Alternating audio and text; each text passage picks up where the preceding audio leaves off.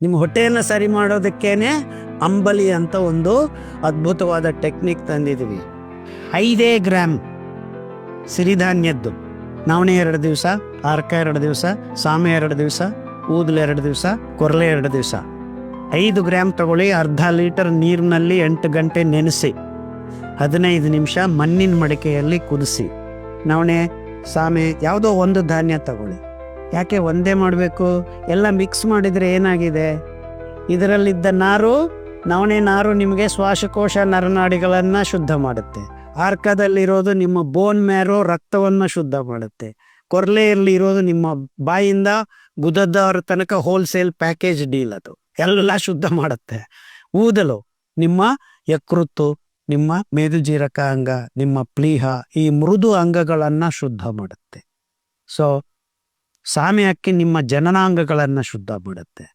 ಕಾರ್ತಿಕ್ ಹೇಳ್ತಾ ಇದ್ದಂಗೆ ಎಲ್ಲ ಮಿಕ್ಸ್ ಆಗಿ ಬಿದ್ದಿದೆ, ಇದನ್ನು ಮಾರಾಟ ಮಾಡಬೇಕು ಅಂತ ಮಲ್ಟಿಮಿಲೆಟ್ ಅಂತ ತಳ್ತಾ ಇದ್ದಾರೆ. ಆ ಥರ ಆದಾಗ ನೀವು ತಿನ್ನೋದಿಷ್ಟೇ ತಾನೇ 100 ಗ್ರಾಮ್ ಒಂದು ಹೊತ್ತಿಗೆ. ಅಂದರೆ ಎಲ್ಲ 5 ಧಾನ್ಯಗಳನ್ನು ಮಿಕ್ಸ್ ಮಾಡಿದರೆ ನಿಮಗೆ ನಿಮ್ಮ ರಕ್ತ ಶುದ್ಧ ಆಗೋದಿಲ್ಲ, ನರನಾಡಿಗಳು ಶುದ್ಧ ಆಗೋದಿಲ್ಲ, ಯಾವುದು ಶುದ್ಧ ಆಗೋದು.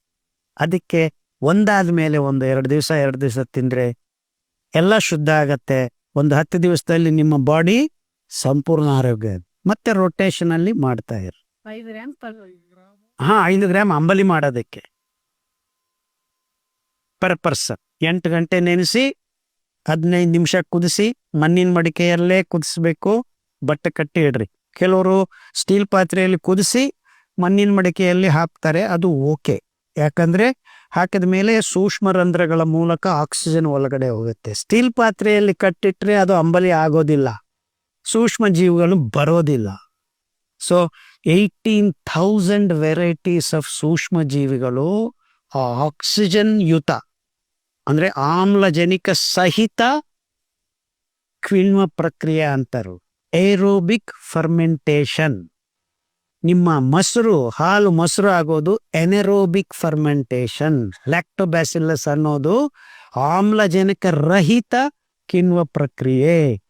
ಎನೆರೋಬಿಕ್ fermentation is 1,00,000 time less efficient than aerobic ಅಂದ್ರೆ ಅಂಬಲಿಯಲ್ಲಿ ಉತ್ಪಾದನೆ ಆಗ್ತಕ್ಕಂಥ ಸೂಕ್ಷ್ಮ ಜೀವಿಗಳ ವೈವಿಧ್ಯತೆ ಮತ್ತು ಅದರ ಒಂದು ಕೊಡುಗೆ ನಿಮ್ಮ ಕರಳಿಗೆ ಎಷ್ಟು ಅದ್ಭುತ ಅಂದರೆ, ನಾನು ಹೇಳೋದು ಅಂಬಲಿ ಮಾನವ ಜಾತಿಗೆ ಅಮೃತ ಅಂತ. ಸೊ 8 ಗಂಟೆ ಇಟ್ಟು ಬಟ್ಟೆ ಕಟ್ಟಿ ಇಡಬೇಕು, ಕದ್ದರ ಬಟ್ಟೆ ಕಟ್ಟಿಡ್ಬೇಕು. ಯಾಕೆ? ಗಾಳಿ ಆಡಬೇಕು, ಆಕ್ಸಿಜನ್ ಹೋಗ್ಬೇಕು. ಆ ಒಳಗಡೆ ತಯಾರಾಗ್ತಾ ಇತ್ತ ಮೆತ್ತಿಗೆ ಸೂಕ್ಷ್ಮ ಶುರು ಆಗತ್ತೆ, ಕಾರ್ಬನ್ ಡೈಆಕ್ಸೈಡ್ ರಿಲೀಸ್ ಮಾಡ್ತವೆ ಅವು, ಅದು ಹೊರಗಡೆ ಬರಬೇಕು. ಮೆತ್ತಿಗೆ ನೀವು ಗಟ್ಟಿಯಾಗಿ ಮಾಡಿದ್ರೆ ಇನ್ನೊಂದು 8 ಗಂಟೆ ಹಂಗೆ ಇಟ್ಬಿಟ್ರೆ ಅದು ದಾರು ಆಗ್ಬಿಡುತ್ತದೆ. ದಾರು ಅಂದ್ರೆ ಗೊತ್ತಾ? ಸಾರ. ಸಕ್ಕರೆ ನಗರ ಮಂಡ್ಯಕ್ಕೆ ಬನ್ನಿ ಅಂತ ಬರ್ಕೊಂಡಿದೆ. ಆಕ್ಚುಲಿ ಒಂದು ಸಕ್ಕರೆ ಫ್ಯಾಕ್ಟ್ರಿ ಇದೆ ಅಂದ್ರೆ ಅದರ ಸುತ್ತಲೂ 18 ದಾರು ಫ್ಯಾಕ್ಟ್ರಿಗಳು ಇರ್ತವೆ. ಸೊ ಎಲ್ಲಿ ಸಕ್ಕರೆ ಉತ್ಪಾದನೆ ಮಾಡಿದ್ರು ಅಲ್ಲಿ ಆಕ್ಚುಲಿ ಸಕ್ಕರೆ ಈಸ್ ಎ ಮುಖವಾಡ ಅಷ್ಟೇ. Karnataka alone produces 7 lakh tons of sugar per year. ಅಂದ್ರೆ ಅದು ಎಷ್ಟು ಹೆಂಡ ರೆಡಿ ಮಾಡ್ತಾ ಇದಾರ ಅಂತ ಕ್ಯಾಲ್ಕುಲೇಟ್ ಮಾಡ್ರಪ್ಪ ನೀವು. Making sense? ಸೊ ಆ ಅಂಬಲಿನ ಕುಡಿದ್ರೆ ನಿಮಗೆ IBS, ಕ್ರಾನ್ಸು, ಈ ಕ್ಯಾನ್ಸರು, ಆ ಕ್ಯಾನ್ಸರ್, ಹೊರಲು ಕ್ಯಾನ್ಸರ್, ಕಟ್ಟ ಕ್ಯಾನ್ಸರ್, ಎಲ್ಲ ಕ್ಯಾನ್ಸರ್ಗಳು 6 ತಿಂಗಳಲ್ಲಿ ಮಾಯ, ಗ್ಯಾರಂಟಿ. ಯಾಕೆ? 24/7 ಡಾಕ್ಟರ್. ಖಾಲಿ ಹೊಟ್ಟೆ ಕುಡಿಬೇಕು. ಹೆಂಗ್ ಕುಡಿಬೇಕು? ಹಿಂಗೆ ಕೂತ್ಕೊಂಡು ಯಾಕೆ? ನಿಮ್ಮ ಹೊಟ್ಟೆ ಕವಾಟ ನೀರು ದ್ರವ ಪದಾರ್ಥ ಇದ್ರೆ ಓಪನ್ ಆಗತ್ತೆ, ಕರಳಿಗೆ ಸೇರ್ಬೇಕು. ಸಣ್ಣ ಕರಳು, ದೊಡ್ಡ ಕರಳು, ಸೆಲಿಯಕ್ ರೀಜನ್ ಅಂತ. ಅಲ್ಲಿ ಸೇರಿದಾಗ ಈ ಸೂಕ್ಷ್ಮ ಜೀವಿಗಳು ಸಿಂಬಯಾಟಿಕ್ ಗಟ್ ಮೈಕ್ರೋಬ್ ಆಗಿ ತಯಾರಾಗ್ತವೆ. ಅದೇ ನೀವು ಹಿಂಗೆ ಅಂದ್ರೆ ಆ ಕವಾಟ ಓಪನ್ ಆಗೋದಿಲ್ಲ. ಯಾಕಂದ್ರೆ ಘನ ಪದಾರ್ಥಗಳನ್ನು ತಿಂದಾಗ ಪಚನ ಆದ್ಮೇಲೆ ಅದು ಓಪನ್ ಆಗುತ್ತೆ. ಸಿಗ್ನಲ್ಸ್ ಬರಬೇಕು ಓಪನ್ ಮಾಡಿ ಅಂತ.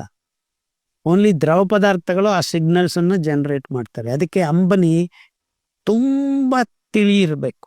ಅದಕ್ಕೆ 5 ಗ್ರಾಮ್ ಅರ್ಧ ಲೀಟರ್ ನೀರು ಅಂತ ಹೇಳಿತ್ತು. ಕುಡಿಯೋದು ಹ್ಯಾಂಗ್ ಕುಡಿಬೇಕು? ಕೂತ್ಕೊಂಡು ಕುಡೀರಿ. ಅಲ್ಲಿ ಅಡ್ಡಾಡ್ತಾ ಕೂತ್ರೆ ಅಲ್ಲಿ ಸರಿಯಾಗಿ ಓಪನಿಂಗು ಕ್ಲೋಸಿಂಗು ಇರೋದಿಲ್ಲ. ಏನು ಬೇಕಾಗಿಲ್ಲ, ನಿಮಗೆ ಬೇಕು ಅಂದ್ರೆ ಉಪ್ಪು ಹಾಕ್ಕೋಬಹುದು. ಬೆಳಿಗ್ಗೆ ಖಾಲಿ ಯಾವಾಗಾದ್ರೂ ಕುಡಿಬೋದು, ಖಾಲಿ ಹೊಟ್ಟೆ ಇರಬೇಕು. ಮಧ್ಯಾಹ್ನನೂ ಕುಡಿಬೋದು, ನೀರು ಕುಡಿಬೋದು, ಅಂಬಲಿ ಕುಡಿದ ಮೇಲೆ ನೀರು ಕುಡಿಬೋದು, ಏನು ತೊಂದರೆ ಇಲ್ಲ.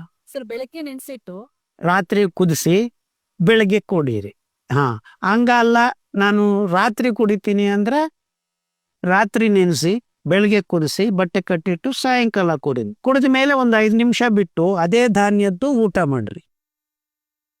ನವನೇ ಅಂಬಲಿ ಕುಡಿದಿದ್ದೀರಾ, ನವನೇ ಇಡ್ಲಿ ಮಾಡ್ಕೊಂತೀನ್ರಿ, ನವನೇ ಮುದ್ದೆ ಮಾಡ್ಕೊಂತೀನ್ರಿ, ಬಟ್ ಒಂದು 5 ನಿಮಿಷ ಗ್ಯಾಪ್ ಕೊಡ್ರಿ. So that it goes into the celiac reason, ಅಂದ್ರೆ ಪೌಷ್ಟಿಕಾಂಶಗಳನ್ನು ಹೀರಿಕೊಳ್ಳುವ ಮತ್ತು ನಿಮ್ಮ ಗಟ್ ಮೈಕ್ರೋಬ್ಸ್ ಬೆಳೆಸೋದು ಈ ಕೆಲಸ ಮಾಡಬೇಕು. ಸೊ ನಿಮಗೆ ನಮ್ಗೆ ಅದಾಗಲ್ಲ, ಅದು ಹೀಟ್ ಆಗತ್ತೆ, ಅದು ಆಗತ್ತೆ, ಆಗಲಿ. ಫಸ್ಟ್ ನೀವು ಅಂಬಲಿ ಕುಡಿಯಕ್ಕೆ ಶುರು ಮಾಡ್ರಿ ಒಂದು 10 ದಿವಸ.